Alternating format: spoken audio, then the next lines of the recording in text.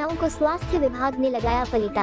अलीगढ़ जिले में मरीजों की जान बचाने वाली सरकारी एम्बुलेंस मुख्य चिकित्सा अधिकारी के कार्यालय में जंग खाकर सड़ गई, जिसके चलते अब यह सरकारी एम्बुलेंस शव ढोने के काबिल भी नहीं रही है।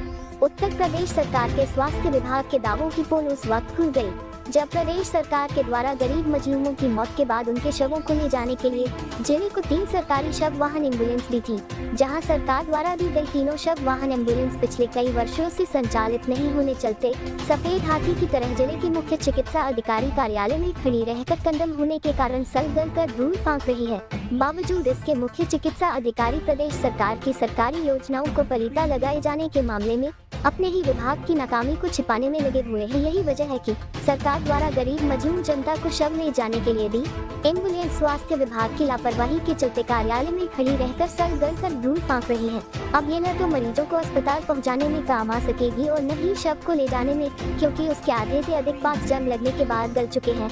अधिकारियों और साहबों की बेरुखी की शिकार हो चुकी करोड़ों की एम्बुलेंस खड़े खड़े यूं ही सड़ गई। प्रदेश सरकार के द्वारा प्रत्येक जनपद 3 सब वाहन दिए थे, लेकिन तीनों सब वाहन जो है अलीगढ़ के सीएमओ कार्यालय में सड़ रहे हैं। जनता को इनका लाभ नहीं मिल पा रहा। किस तरीके से देखते हैं आपने अपने कार्यकाल में 7 साल में कितने लोगों को? देखिए, हमारे प्रदेश के मुखिया आदरणीय योगी आदित्यनाथ जी ने, हमारे प्रदेश के स्वास्थ्य मंत्री आदरणीय पाठक जी ने बहुत ही महत्वाकांक्षी योजना शुरू की थी कि गरीबों के लिए विशेष परिस्थिति में, दुखद परिस्थिति में, अस्पतालों में या अन्य आवश्यकताओं अनुसार कहीं कैजुअल्टी होती है, उसके सबको सम्मानपूर्वक पहुंचाने की व्यवस्था गांव तक की थी या उनके यथा स्थान तक पहुंचाने की थी।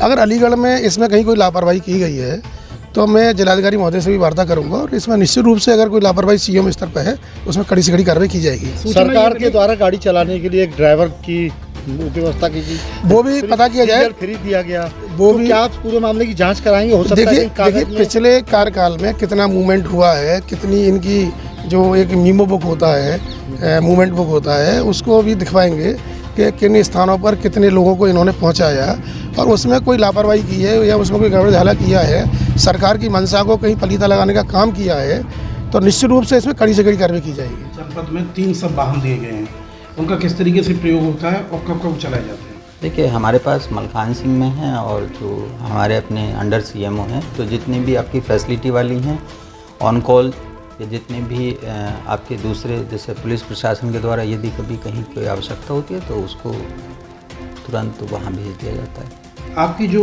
सीएमओ कार्यालय में है वो कितने दिन से संचालित नहीं हुई है? 2 सब वाहन आपके ऑफिस के पीछे खड़े हुए हैं, वो दोनों जो है कब से संचालित नहीं हुए? देखिए, एक ही सब वाहन है, दूसरा तो कंडम है ना, तो जो भी उसमें सूचना आती है तो तुरंत भेज दिया जाता है। निकट भविष्य में मैं आपसे भी अपील करूंगा कि आप इसको कहें, जब भी आवश्यकता हो वो हमें सूचित करें या हमारे जो मलखान सिंह में वाहन उपस्थित है, सब वाहन वहाँ उपस्थित करें। सर, वो जो नई गाड़ी है उस पर नंबर प्लेट तक नहीं है, आप कह रहे हैं वो संचालित की जाती है और पिछले करीबन 2 साल से ऐसा वो मैं देखता हूँ, वो मैं उसके बारे में 2 साल से ऐसा दिख रहा है कि गाड़ी चली नहीं है कहीं कि उसके दोनों तरफ जो घास उगाई है। मैं उसके बारे में पता करके बताऊँ। सीएम साहब, एक सवाल हो रहा है, सरकार की जो योजना है वो गरीबों के लिए, जो मुसीबत के समय में जिन लोगों के पास पैसे नहीं होते सब वाहन ले जाने के लिए, और लोगों के द्वारा प्राइवेट वाहन करके 3-3, 4-4 हज़ार रुपये में गरीब आदमी ले जा रहा है। सरकार के द्वारा जो सुविधा दी जा रही है उसका कोई प्रचार प्रसार नहीं हो रहा, कहीं भी लोगों को पता नहीं है। नया वाहन यहाँ खड़ा खड़ा कंडम हो रहा है, 2 साल से लगातार गाड़ी हिली नहीं है, उसकी लॉक को आप चेक करा दीजिए। देखिए, मैं आपसे बस यही अपील करूंगा कि चाहे मेरे ऑफिस का सब वाहन हो, चाहे मेरे मलखान सिंह हॉस्पिटल का सब वाहन हो, जब भी आवश्यकता होती है, कहीं भी आपको ऐसी जानकारी अगर मिलती है कि उनके द्वारा इसकी मांग की गई है और उपलब्ध नहीं करा गया, तो आप मुझे अवश्य अवगत कराएं। और आने वाले समय के लिए मैं भी प्रयास करूंगा कि कुछ और प्रचार प्रसार के माध्यमों से लोगों तक ये जानकारी दी जाए और आपसे भी अपेक्षा करूंगा कि आप भी इस बारे में मदद करें। पोस्टमार्टम हाउस पे इन वाहनों को क्यों नहीं खड़ा कराया जाता जहाँ लोगों को आवश्यकता पड़ती है? पर डे 3-3, 4-4 डेड बॉडी वहाँ आती है, गरीब लोग अपने घर ले जाते हैं, तो कर्जा करके ले जाते हैं गरीब आदमी। देखिए, इसमें मेरे ख्याल से जो इसकी लोकेशन है वो तो जो है आपके मलखान सिंह हॉस्पिटल है, क्योंकि यहाँ से ऑन डिमांड कहीं भी भेजा जा सकता है उसको, तो अगर इस तरह के निर्देश होंगे कि उसको पोस्टमार्टम पे खड़ा किया जाए तो वहाँ पे खड़ा कर दिया जाए। ये तो सरकार की योजना है, इसका आखिर जो है सीएमओ हैं आपके द्वारा कोई जिम्मेदारी नहीं बनती कि इसमें इसका प्रचार प्रसार हो, लोगों को पता हो, नंबरिंग हो, जिससे लोग कहीं न कहीं ऑन कॉल मंगा सके अपने जो परिवार के सबको अपने घर तक ले जाने के लिए।